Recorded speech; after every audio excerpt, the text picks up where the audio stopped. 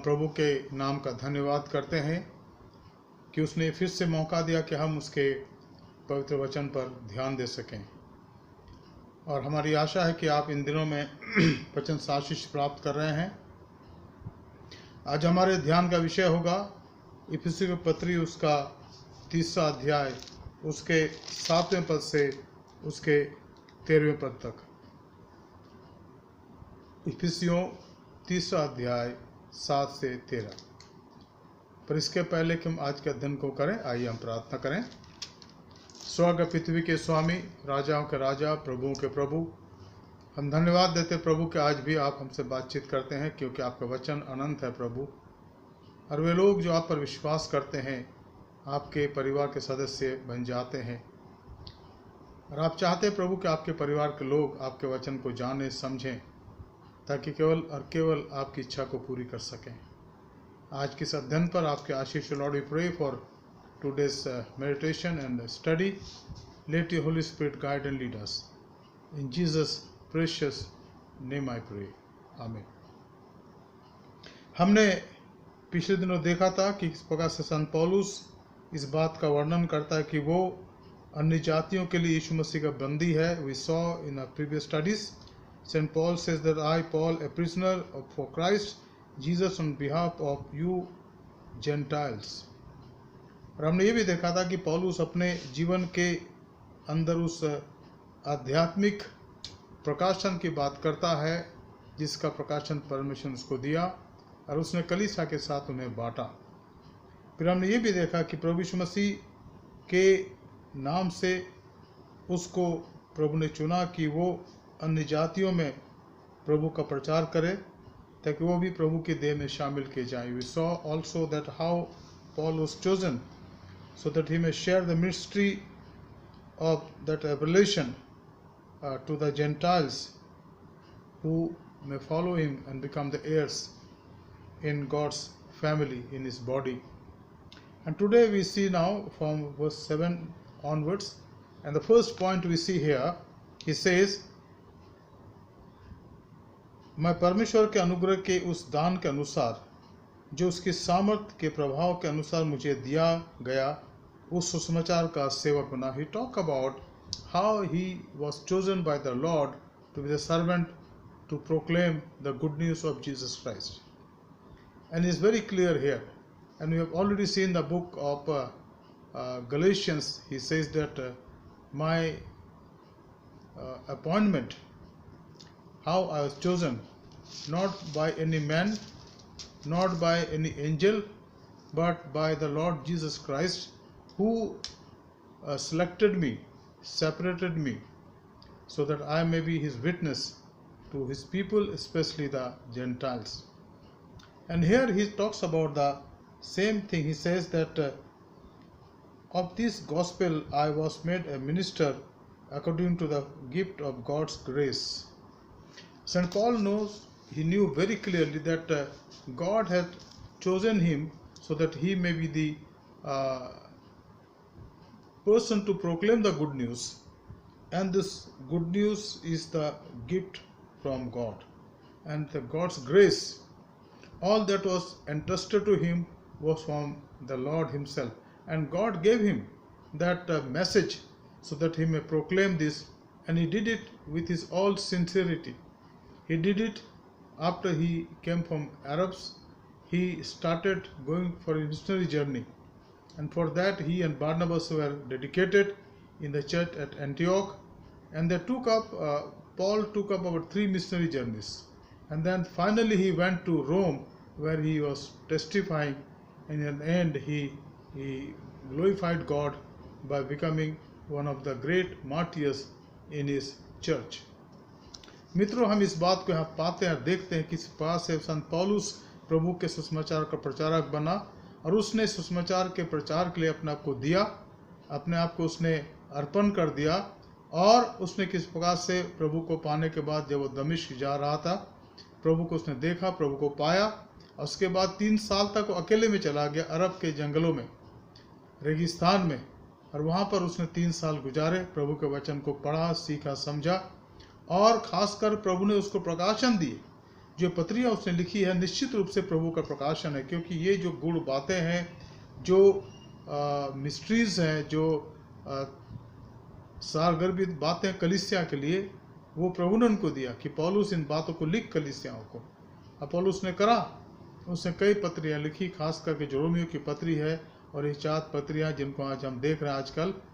सबसे पहले हमने देखा गलतियों की पत्री को, फिर इफिसियों देख रहे हैं, फिर हम देखेंगे फिलिपियों की पत्री, फिर हम देखेंगे कुलिसियों की पत्री। और उसके बाद और भी पत्रियां पौलुस ने लिखी जहां उसने कलीसिया का उसने मार्गदर्शन करा कि कलीसिया किस प्रकार से प्रभु के वचन में आगे बढ़े और प्रभु के नाम को ऊंचा उठा सके। तो यहाँ पर संत पौलुस कहता है, मैं परमेश्वर के अनुग्रह के उस दान के अनुसार जो उसकी सामर्थ के प्रभाव के अनुसार मुझे दिया गया है, सुसमाचार का सेवक बना। Now it's very crystal clear that Paul talks about his servanthood, the work that was entrusted to him by the Lord, and he knew it very clearly.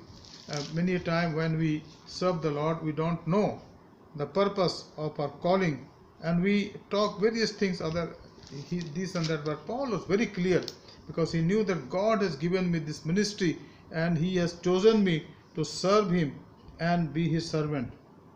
Now, I like to read few verses from other portions also where Paul talks about the same thing he's giving, and I like all of us to turn with me. मैं चाहूँगा आप मेरे साथ निकाल लें मेहरबानी से प्रेरितों का उसका 22 अध्याय, और मैं पढ़ूंगा आपके सामने 12 पद से लेकर 14 पद तक, जहाँ पौलुस अपने बुलाने के बारे में, अपनी बुलाहट के बारे में, सुसमाचार के प्रचार के बारे में क्या लिखता है। देखिए पौलुस कहते हैं यहाँ पर प्रेरितों का 22 अध्याय और उसके 12 पद से, तब हनन्याह नामक व्यवस्था के अनुसार एक भक्त मनुष्य जो वहाँ रहने वाले सब यहूदियों में सुनाम था, मेरे पास आया और खड़े होकर मुझसे कहा, हे भाई शाऊल, फिर देखने लग। तब उसने कहा, हमारे बाप दादों के परमेश्वर ने तुझे इसलिए ठहराया है कि तू उसकी इच्छा को जाने और उस धर्मी को देखे और उसके मुंह से बातें सुने। पौलुस के बताया गया, और पौलुस यहाँ पर यही कहता है ना कि मुझे इस काम के लिए चुना गया, मैं सेवक ठहरा, सुसमाचार का सेवक बना। और यहाँ बताया गया, उसके हनन्याह उसको बोला, जब उसको बुलाहट दी गई प्रभु ने, थोड़े दिन के बाद जब हनन्याह उसके पास आया, जब वो अंताकिया, जब वो उस जगह पर था जहाँ वो जा रहा था प्रचार करने के लिए, दमिश्क में जा रहा था, तो दमिश्क के अंदर एक जगह थी जिसको सीधी गली कहा गया, जगह कहा गई, और वहाँ वो रहता था दमिश्क में, वहाँ रुका हुआ था, और वहाँ पर हनन्याह को प्रभु ने भेजा। हनन्याह ने उससे कहा, हे भाई शाऊल, फिर से देख, यानी जो उसके अंदर अंधापन छा गया था पिछले 4-5 दिनों से, वो 3 दिनों से समाप्त हो जाए और वो पूरी तरह से देखने लगे और इस बात को जाने कि वो अब क्यों देख रहा है। मानो परमेश्वर ने उसका आंखों को बंद कर दिया, उसका एक जीवन का एक हिस्सा जो था अब वो समाप्त हो गया। ज्ञान तो रहेगा उसके पास क्योंकि वही व्यक्ति है, लेकिन वो सारी बातें जो हॉस्टिलिटी की थी, जो विरोधाभास की थी, जो धर्म अंधता की थी, कि वो उन लोगों को सताने लगा था जो प्रभु के विश्वासी थे, अब वो चैप्टर, वो अध्याय अब समाप्त हो गया पौल के जीवन से। अब वो एक नया व्यक्ति बन गया, अब वो नए तरीके से देखने लगा, और अब उसके देखने का नजरिया जो बिल्कुल बदल गया, परिवर्तित हो गया, क्योंकि हनन्याह ने उसको कहा है, भाई शाऊल अब देखने लग, और अब मैं तुझे बताता हूं तू वो कार्य करेगा। तू क्या करेगा? तू हे भाई शाऊल देखने लग। इसी घड़ी मेरे नेत्र खुल गए, मेरे से देखने लगा। तब उसने मुझसे कहा, हनन्याह ने कहा, हमारे बाप दादों के परमेश्वर ने तुझे इसलिए ठहराया है कि तू उसकी इच्छा को जाने, उसकी मर्जी को जाने, उसकी इच्छा में चले। अब तक तो उसकी मर्जी को नहीं पहचान पाया था, अपनी मर्जी में चल रहा था, इसलिए उन लोगों को सता रहा था जो उस धर्मी व्यक्ति प्रभु यीशु मसीह के अनुयायी हैं, विश्वासी हैं। अब तू उसको नहीं पहचान पाया था और उसके अनुयायियों को तू कुपंथ के अनुयायी बता रहा था कि वो लोग हैं, उस पंथ के अनुयायी है जिसको तूने कुपंथ कहा। लेकिन अब प्रभु ने तेरी आंखें खोल दी है, तू बदल गया है, और अब परमेश्वर तुझसे चाहता है कि तू उसकी आज्ञा माने और उस धर्मी को देखे और उसके मुंह से बातें सुने। प्रभु यीशु मसीह को देखे और उससे बातें सुने।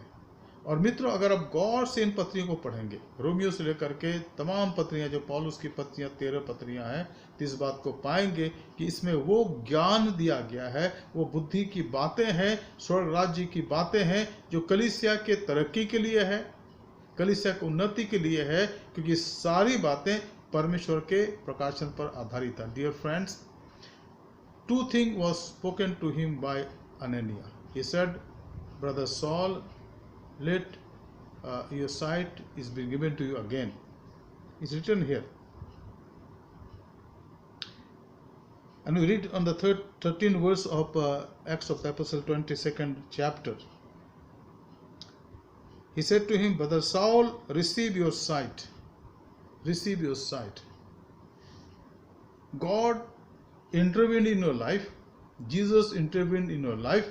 For past 72 hours you were not able to see.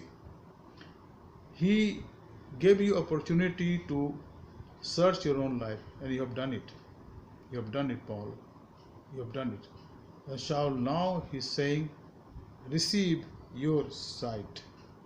That sight that is yours, receive it again. As though I had held you back to I had taken your sight for some time, so that now you see yourself, and now I am giving you the sight again, so that you may see His purpose in your life. And the second thing he said to him, and you know His will, and then you will be listening to Him. The God of our fathers appointed you to know His will, to see the righteous one, and to hear a voice from His mouth. And what was the voice from His mouth? The voice from His mouth was His revelation to you and to the church of Jesus Christ. और इस बात को पौलुस ने समझा यहाँ पर। वो अब यहाँ पर कहता है कि परमेश्वर ने मुझे चुना, मुझे ठहराया, और मैं अब उसके वचन का विश्वासी बन गया, वचन का प्रचारक बन गया। जहाँ भी मैं अब जाऊँगा, मैं निरंतर उस वचन का प्रचार करता रहूँगा। I will always proclaim the good news of Jesus Christ, for that he has made me his disciple. और यहाँ पर ये कहते हैं ना, of this gospel I was made a minister according to the gift of God's grace, and which was given me by the working of His power. तो यहाँ पर संत पौलुस अपने जीवन के इस गूढ़ भेद का वर्णन करता है कि जो वो लिखता है, जो उसने प्रचार करा, उसका श्रेय उसको वो अपने आप को नहीं देता। किसको देता है? परमेश्वर के पवित्र आत्मा को, क्योंकि उसको आज्ञा मानने के लिए कहा गया, और उसको कहा गया कि तू उस धर्मियों को देखता रहेगा, क्योंकि वो तुझसे बात करना मांगता है और तुझसे बात करेगा। और हम आगे को देखते हैं कि रात के समय प्रभु यीशु मसीह ने उससे बात करी, कि आत्मा ने उससे बात करी। उसको बताया गया ये वो सारे अवसर थे जब घंटों प्रभु के चरणों में रहता था और प्रभु उससे बात करता था। आधुनिक इतिहास में हम एक और व्यक्ति को देखते हैं जिनका नाम था साधु सुंदर सिंह। साधु सुंदर सिंह अपने उस सबातू के घर में जहाँ रहते थे, जो कसौली के पास है, और वहाँ उस घर को प्रभु ने देखने का मुझे मौका दिया। उस घर के सामने थोड़ी सी जगह है, हिल है वहाँ पर, और नीचे और भी, क्योंकि पहाड़ी इलाका है। और वहाँ लोगों ने मुझे बताया, बुजुर्ग थे जिन्होंने बताया कि भाई साहब यहाँ पर हमने देखा था, उस समय बहुत छोटे थे, 10 साल के, कि यहाँ पर बैठे रहते थे और उनकी आंखें ऊपर की तरफ रहती थी और उनको कोई होश नहीं होता था। वो वक्त होता था जब परमेश्वर का आत्मा साधु सुंदर सिंह से बात करते थे। ठीक इसी प्रकार से जिस प्रकार से उन्होंने पौलुस से बात करी। और भी संत हुए कलीसिया के अंदर, जिनके द्वारा प्रभु ने बातचीत करी, जिनके द्वारा प्रभु ने बहुत सी बातें संसार को बताएं। डॉक्टर विली ग्राहम के बारे में देखते हैं, डॉक्टर दिनाकरण के बारे में देखते हैं, और भी बहुत से लोग हैं जिनको प्रभु ने संभाला, उनसे बातचीत करी और अपने कलीसिया के बारे में उनको सामने उसने अपने भेदों को प्रकट करा। तो यहाँ दो चीज़ हमने देखा कि पौलुस सेवक बना ताकि उसकी आज्ञा माने, सेवक बना ताकि उस धर्मी से वो बातचीत करे और उसकी योजनाओं को संसार के सामने स्पष्ट करे, बताए।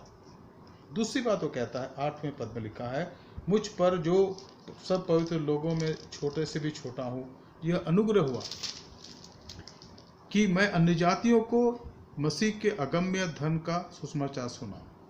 अब पौलुस यहाँ पर स्पष्ट कहता है कि मुझको, वो कहता है मैं सबसे छोटा हूँ, क्योंकि वो कलीसिया को सताता था और हालांकि प्रभु ने उसको प्रेरित का दर्जा दिया, लेकिन वो अपने आप को छोटा समझता। प्रभु यीशु मसीह ने बहुत से चेले चुने, करीब 70 का वर्णन है, फिर 12 का वर्णन है। उसमें से भी एक चला गया जिसने आत्महत्या करी, और फिर उन्होंने मत्तिया को चुना, लेकिन निश्चित रूप से शायद वो प्रभु की इच्छा नहीं थी, क्योंकि मत्तिया का नाम उसके आगे कहीं नहीं हम देखते हैं। और तब आता है चुनाव जो उसने पौलुस का करा, और पौलुस को परमेश्वर ने अपने प्रेरित होने का अधिकार दिया। आज पौलुस ने इस बात को जाना, परमेश्वर ने अपने उस रेवलेशन के द्वारा, अपने प्रकाशन के द्वारा बता दिया कि हे शाऊल, हे पौल, तू मेरा चुना हुआ पात्र है, तू इन्हीं के समान मेरी सेवा करेगा। और पौलुस ने करा, पौलुस ने उसकी आज्ञा मानी। तो पौलुस इस बात का जिक्र करता है कि मैं उन सारे प्रेरितों से अपने आप को छोटा समझता हूँ।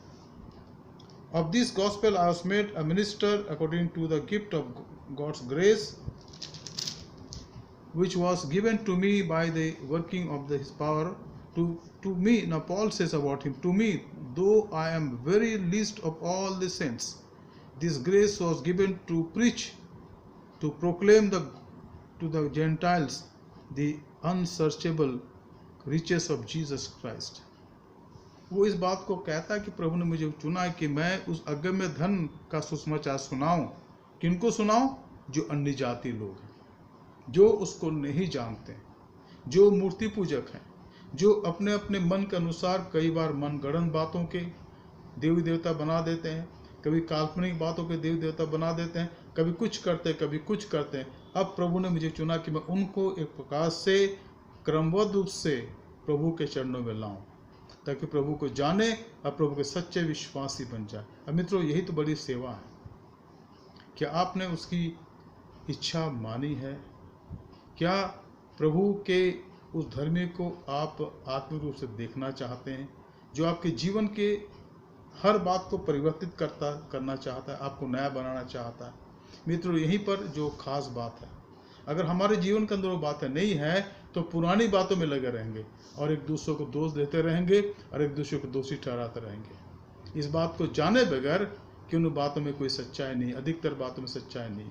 खैर, ये एक अलग विषय है। लेकिन यहाँ पर जो बात मैं आपके सामने कहना चाहता हूँ ये है कि पौलुस को बताया गया हनन्याह के द्वारा कि तुझे चुना गया है पौलुस, तू देखने लग, है शाऊल तू देखने लग और उसकी आज्ञा मान, और फिर वो उस धर्मियों को देख जो अपना प्रकाशन तुझे देना चाहता है। He want to give you his revelation so that you understand, so that you may comprehend the riches of his glory। और यहाँ पर वो कहते हैं, मैं अन्य जातियों को मसीह के अगम्य धन का सुसमाचार सुनाऊं। अगम्य धन, वो धन जो मनुष्य के पहुंच से बाहर है, लेकिन जब मनुष्य प्राणी विश्वास करता है तो परमेश्वर के उस धन के बारे में जानने लगता है और पहचानने लगता है।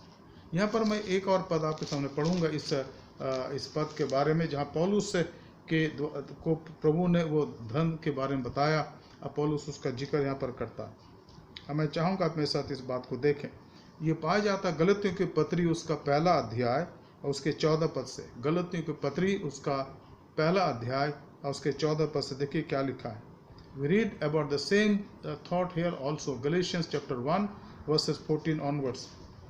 अपने बहुत से जाति वालों से जो मेरी व्यवस्था के थे, यहूदी मत में अधिक बढ़ता जाता था और अपने बाप दादों की परंपराओं के अनुसार बहुत ही उत्साही था, परंतु परमेश्वर की जिसने मेरी माता के गर्भ से ही मुझे ठहराया और अपने अनुग्रह से मुझे बुला लिया, जब इच्छा हुई तो मुझ में और अपने पुत्र को प्रकट करे कि मैं अन्य जातियों में उसका सुसमाचार सुनाऊं, तो मैंने माँ सलहू से सलाह ना ली और ना यरूशलेम को गया, उनके पास गया जो मुझसे पहले प्रेरित थे, परंतु तुरंत अरब को चला गया और वहाँ से दमिश्क को लौट आया।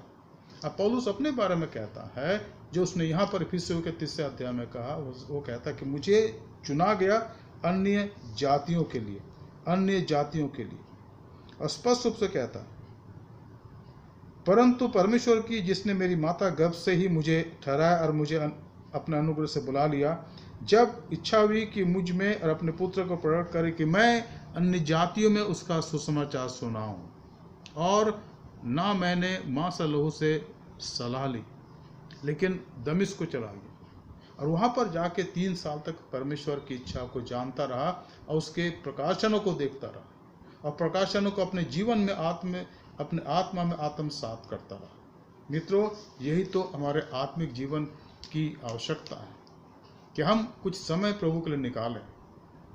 जीवन की इस उधेड़-बुन में, जीवन की इस दौड़ भाग में हम में से बहुत से लोग बहुत ज़्यादा परेशान हो जाते हैं। हमारे सामने कई बार वो समय आता है जब हमारे सामने चुनाव होता है और हम में से अधिकतर लोग क्षणिक आशीषों के लिए, क्षणिक संपन्नता के लिए संसार की बातों को चुनते हैं और तब आगे चल करके हम दुख उठाते हैं। लेकिन पौलुस ने ऐसा नहीं करा। अगर वो चाहता तो प्रभु के उस दर्शन के बाद और उन 3 सालों के बाद भी आकर के और उसके पहले भी लोगों से बातचीत करता, पीड़ितों से बातचीत करता, लेकिन वो कहता कि मैं प्रभु के दर्शन के बाद मैं तुरंत चला गया अरब के रेगिस्तान में, जहाँ मैं 3 साल तक रहा। और जब वहाँ से लौटा तो मैं प्रभु के प्रचार के लिए अपने आप को लगा दिया, उस काम को मैं करने लग गया।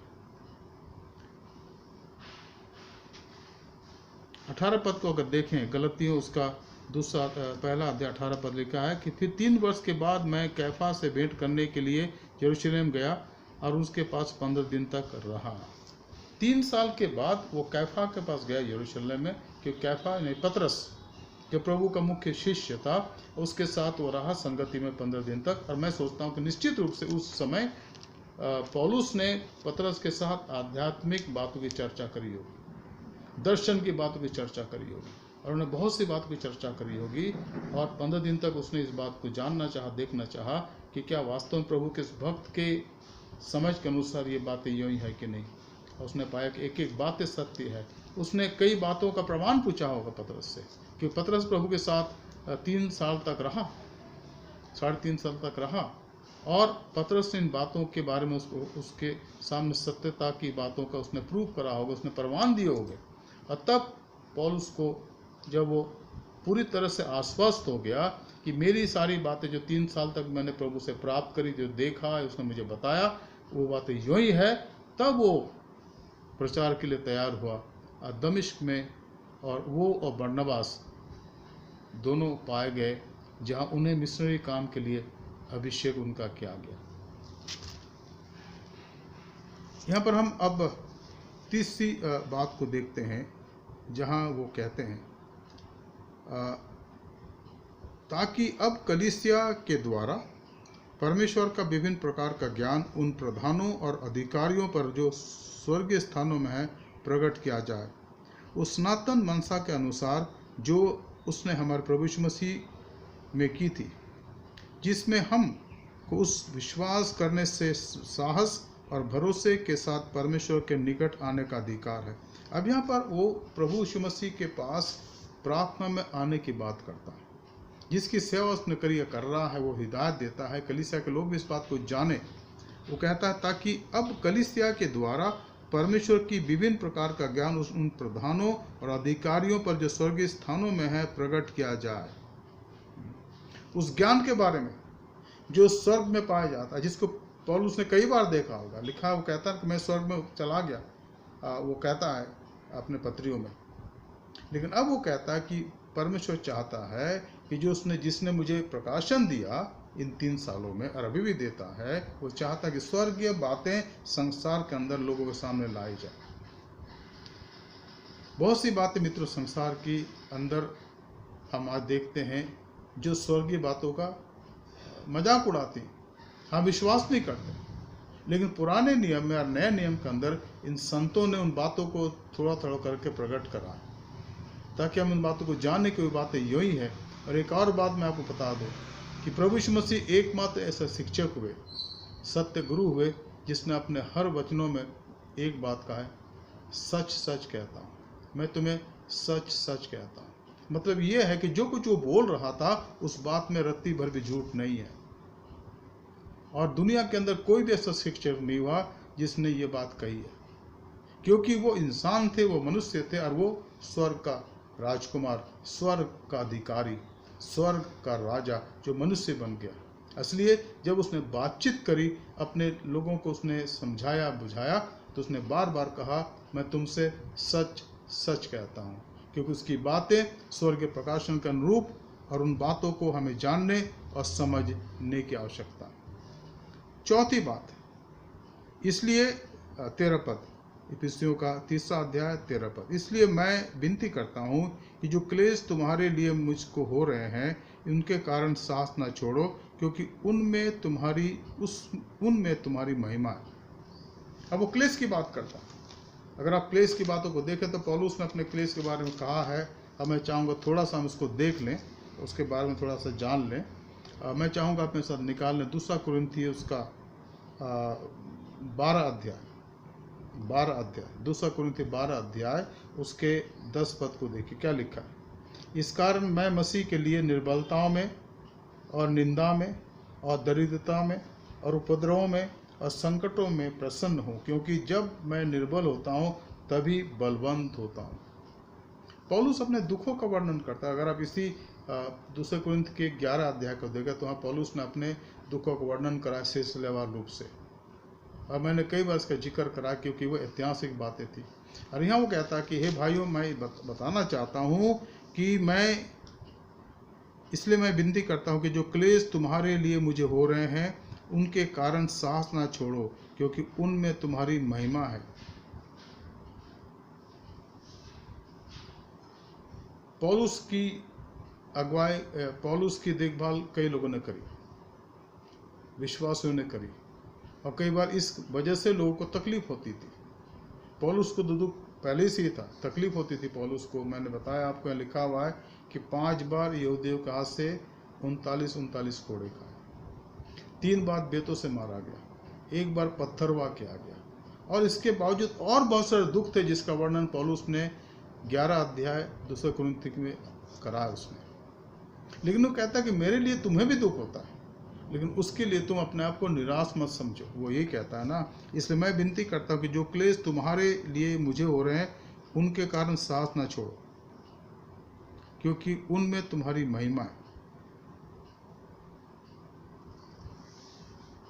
इस बात को समझने की आवश्यकता है कि जो पौलुस वर्णन करता है वो दुखों का वर्णन करता है जो उसने कलीसिया के लिए उठाए, सुसमाचार प्रचार के लिए उठाए। इसलिए वो उन लोगों को प्रोत्साहित कर रहा है कि वो अगर वो भी दुख उठाते हैं प्रभु के सुसमाचार के कारण, तो वो हियाव ना छोड़े, आगे बढ़ते जाए। मित्रों, हम धन्यवाद देते प्रभु का इनके वचन के लिए, इन वचनों के लिए। And we thank the lord for this word that has come to us this evening. May we continue to walk with the Lord so that He may use us mightily. Let's pray. आइए प्रार्थना करें। धन्यवाद, स्तुति और महिमा के भी पिता परमेश्वर, स्वर्ग पृथ्वी के स्वामी, हम धन्यवाद देते हैं, आपकी स्तुति करते हैं प्रभु कि आज भी हम आपके चरणों में आके प्रभु आपके वचन को पढ़ सकते हैं, उस पर गौर कर सकते हैं। हमारी प्रार्थना प्रभु वचन का आशीष से आप में परिपूर्ण करें और हमारे अगुवाई करें प्रभु, ताकि हम आपको निहारें प्रभु, आपकी मर्जी को जाने और आप में आगे बढ़ सकें। हमारा उद्धारकर्ता प्रभु यीशु मसीह के पवित्र नाम से मांगते हैं, आमीन। Dear friends, we have some announcement. This Bible study will continue every day, and I hope that you are participating. Please keep participating and also invite your friends, because this is prepared very carefully, and we are giving the word of God, pure word of God. There is no any mixture anywhere, and it is pure word of God. And I am also careful of the doctrine also. So if you listen to this word, your faith will become strong. So I invite you to please participate and continue to watch this Bible study which is going on as a link for the member of Ephesus Methodist Church and our friends also. Also, our church office is open, and you can come and you can share your burden with pastor. You can talk to him if you have any prayer request, and he can pray for you. The timings every day 10:30 a.m. to evening 5:30, and it will continue. And then also, if you want to deposit your church fund, your tithe, your offering on Sunday that you are accumulating, which has been prayed for, please do that and deposit in our church office, and you will get the receipt. Dear friends, I want to assure you, by the grace of God, our financial condition is okay. There's no problem at all. By the grace of God, our needs are being met, and God is gracious. Once again, I want to reiterate here, human being as we are, we cannot run His church. Our might, our resources are inadequate. Therefore, we depend upon God and Holy Spirit to lead us and guide us and supply all our needs. And He has been doing this for these many years, and I hope that He will do continually. I bless everyone who give their church fund or Sunday offering or any donation regularly. You are not giving to the church committee, pastor committee, or to pastor, but you are giving to the Lord. परमेश्वर ये देखता है कि हम ये नहीं देखता कि हमने कितना दिया है, वो ये देखता कि हमने अपने लिए कितना रख छोड़ा है। और आप इसी प्रोपोर्शन में आशीष पाते हैं और पाएंगे, इसलिए मेहरबानी से बात को याद रखें। हम प्रार्थना करते रहे अपने देश के लिए, देश के अगुओं के लिए, और हमारी कलीसिया के लिए, कलीसिया के अगुओं के लिए, कि प्रभु का अनुग्रह इन पर हमेशा हर पर बनी रहे। आइए हम प्रार्थना करें। धन्यवाद देते प्रभु कि आज शाम आपने हमसे बातचीत करी है। आज के बाइबल अध्ययन पर आपके आशीष चाहते प्रभु, हमने जो कुछ सीखा हम चाहते प्रभु कि उसमें हम बढ़ने वाले बन सकें, ताकि प्रभु आपकी आज्ञा को मानते हुए आप में बढ़ सकें आगे और आपकी महिमा कर सकें। कलीसिया के तमाम मेंबर्स पर, खासकर जो माता पिता हैं, जो बुजुर्ग हैं, जो बच्चे हैं, जवान हैं, महिलाएं हैं, भाई लोग हैं, हर एक पर आपके आशीष हो। हमें से हर एक पर आपके आशीष चाहते। Lord, we pray that bless us and guide us. We pray for our church, pray for our church leaders, our Bishop Subodh Mandal, Madam Sudita Mandal, and the Executive Secretary Reverend Sujit Das, or Treasurer Reverend Varendra Kumar, and all the district superintendents, all the pastors, all the laity, all the WCS members, MWAP members, Sunday school children, and each lay preacher. Lord, we pray, let your blessing be upon all of us. Thank you, Lord, that you heard our prayer. Thank you, Lord, for today's Bible study. Lord, give us good night and safe night rest, Lord, and prepare us to see another day so that we may glorify and magnify your name. Bless our country also, our country's leader, and lead and guide each one of them. In Jesus' precious name I pray. Amen.